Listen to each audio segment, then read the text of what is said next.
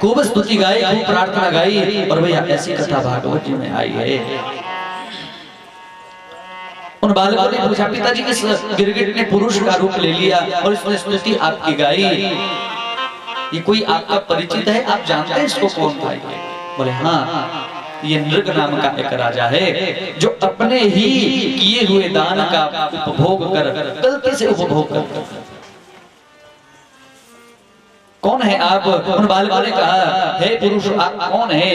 बोले आपने दानियों में कभी किसी का नाम सुना हो तो मेरा नाम भी अवश्य आया होगा।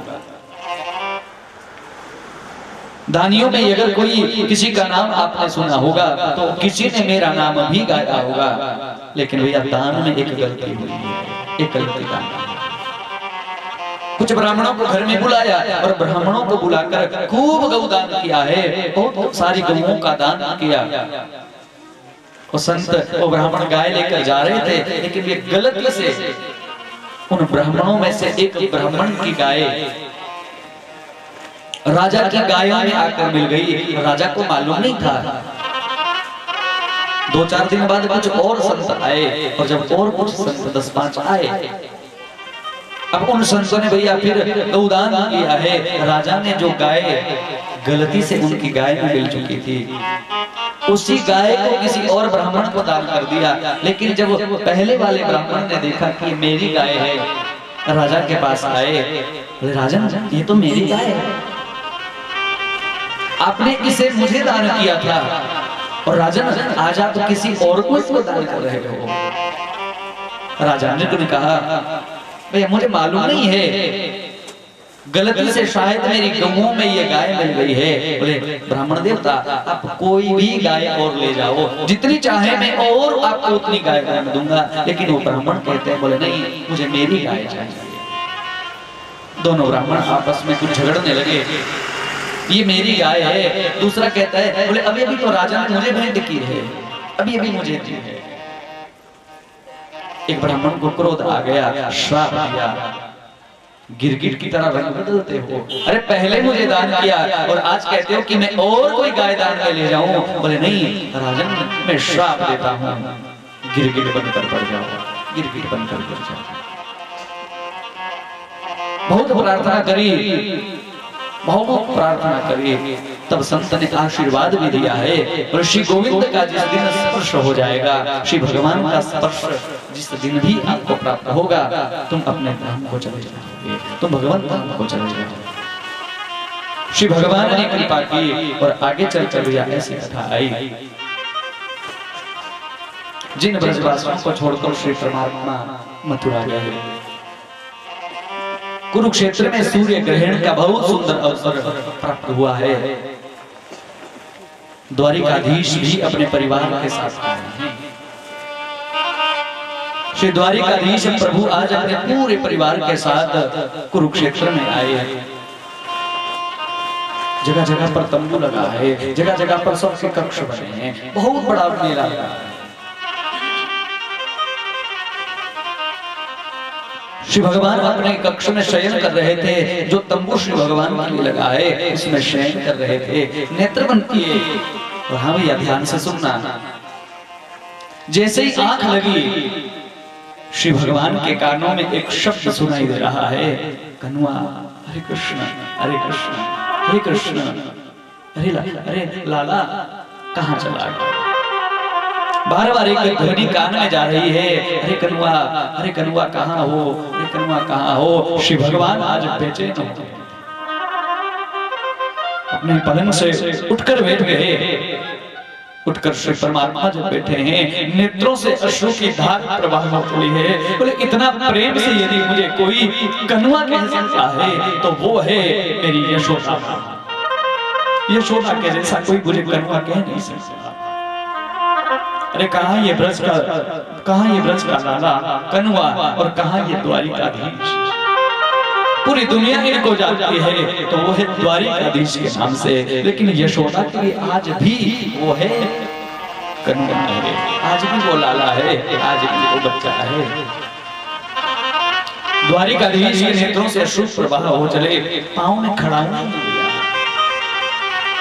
दोपहर की गर्मी है, श्री भगवान आज एक एक कक्ष में जाकर देख रहे हैं, एक एक कक्ष में जाकर झांक रहे हैं। और यशोदा मैया जरूर कहीं है, ये यशोदा जरूर कहीं है, ये यशोदा जरूर कहीं बैठी है, ढूंढ रहे हैं। और हाँ भैया निवेदन तो एक सुंदर से कक्ष में यशोदा मैया बैठी हैं, नंद बाबा पास में बैठे हैं, समझा रहे हैं नंद बाबा। नंद बाबा समझा रहे हैं, बोले देवी हौसला रखो, थोड़ा धैर्य रखो, देवी मन को छोटा मत करना।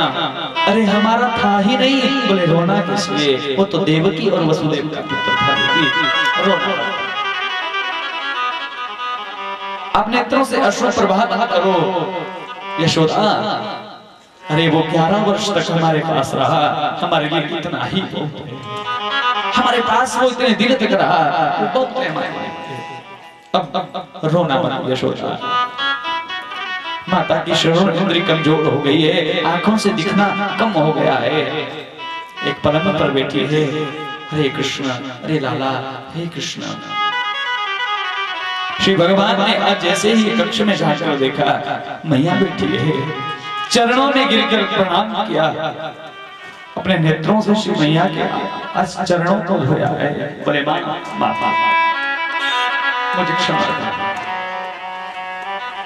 अब मुझे बिल्कुल माफ करना माँ। बोले मैंने झूठ बोला आपसे, आप सब जानती हैं मुझे आना ही नहीं था, मुझे नहीं आना था। मैं जानता था, मैं किशोरी राधा से भी लेकर गया, मुझे आना नहीं था, लेकिन माँ मैंने झूठ बोला, मैं परसों चला। हो सके ना माँ, मुझे माफ करना, मुझे क्षमा करना। बहुत सारी बातें हुई, बहुत सारी चर्चाएं श्री भगवान के साथ मैया ने की। बोले लाला तुझे कोई दुख तो नहीं है, तुझे कोई कष्ट तो नहीं है? यदि आपको लाला कोई कष्ट है मुझे बता, मेरे प्राण चले जाए ना केशव, मुझे कष्ट नहीं होगा। तुझे कोई कष्ट हो जाए, मैं समझूं कि मेरा प्राण मेरे शरीर से चला गया। भैया ये माता का ऐसा भाव है।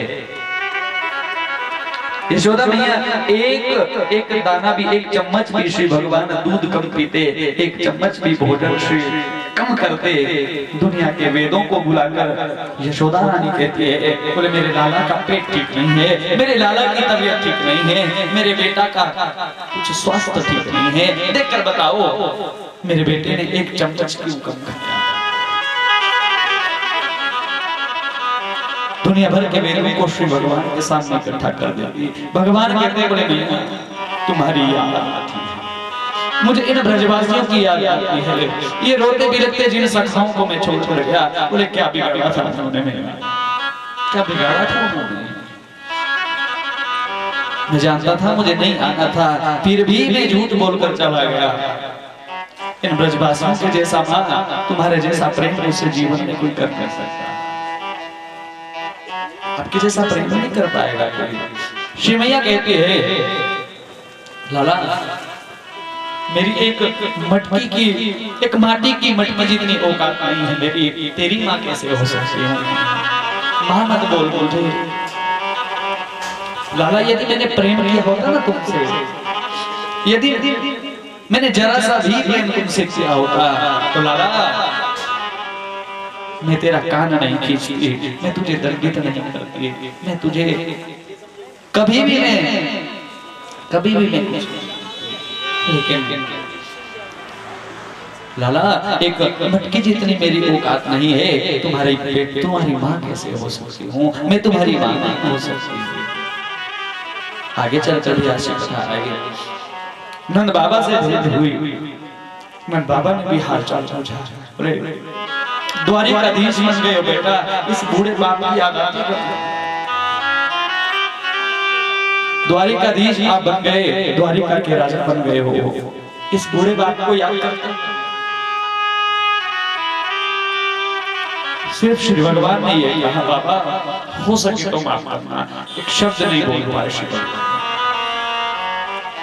हो सके तो बस मुझे माफ करना बाबा। जीवन में कभी अवसर मिला बाबा, इस धरती पर कभी आना हुआ, मैं चाहूंगा मैं तुम्हारा और यशोदा का बेटा बनकर, मैं तुम्हारा दोनों का बेटा बनकर। श्री भगवान अपने कलश में आए, रुक्मणी आदि मैया से भेंट हुई। रुक्मणी मैया को श्री भगवान ने कहा है किशोरी राधा आई है, तुम जाओ और किशोरी राधा से सत्संग करके आओ, किशोरी राधा से भेंट करके आओ, उनसे मिलकर तुम आओ, जल्दी जाओ देवी। रुक्मणी आदि सब माताएं किशोरी राधा से मिलने के लिए जा रही हैं। रुक्मणी मैया के हाथ में गिलास है जिसमें दूध भरा है। एक दूध की गिलास लेकर किशोरी राधा से मिलने जा रहे हैं। भैया, मार्ग में एक किशोरी राधा की सखी मिल गई, बहुत सुंदर है, ऐसा लगता है मानो किशोरी जो ही हैं। रुक्मणी आदि ने जब देखा, चरणों में वंदन किया, प्रणाम किया, चरण वंदन करके कहा किशोरी जी हम आपको प्रणाम करती हैं, मैं रुक्मणी आपको प्रणाम करती हूँ। किशोरी राधा की वो सखी कहती है, बोले नहीं नहीं माता, मैं राधा नहीं हूँ, मैं तो राधा के चरणों की, मैं राधा नहीं हूँ, मैं तो दासी हूँ। अरे किशोरी जी तो वहां बैठी हैं, आप जाइए ना माता।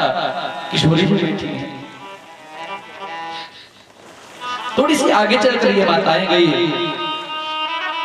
एक सखी और मिल गई। अब किशोरी राधा की जब सखी मिली है, उन माताओं को लगा, बोले यही किशोरी जी है, यही राधा है, प्रणाम किया। नहीं नहीं हम भी नहीं हैं, अरे किशोरी जी तो वहां बैठी है,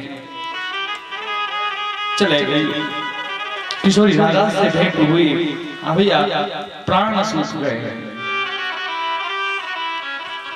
जिस किशोरी जी को देखने आकाश में देवता खड़े हो जाते, जब वो लीला करती, जब वो शिव भगवान के साथ विराजित होती, देवता भी नेत्र बंद करके उसका दर्शन करते, उस झांकी को नेत्रों में बसा लेते।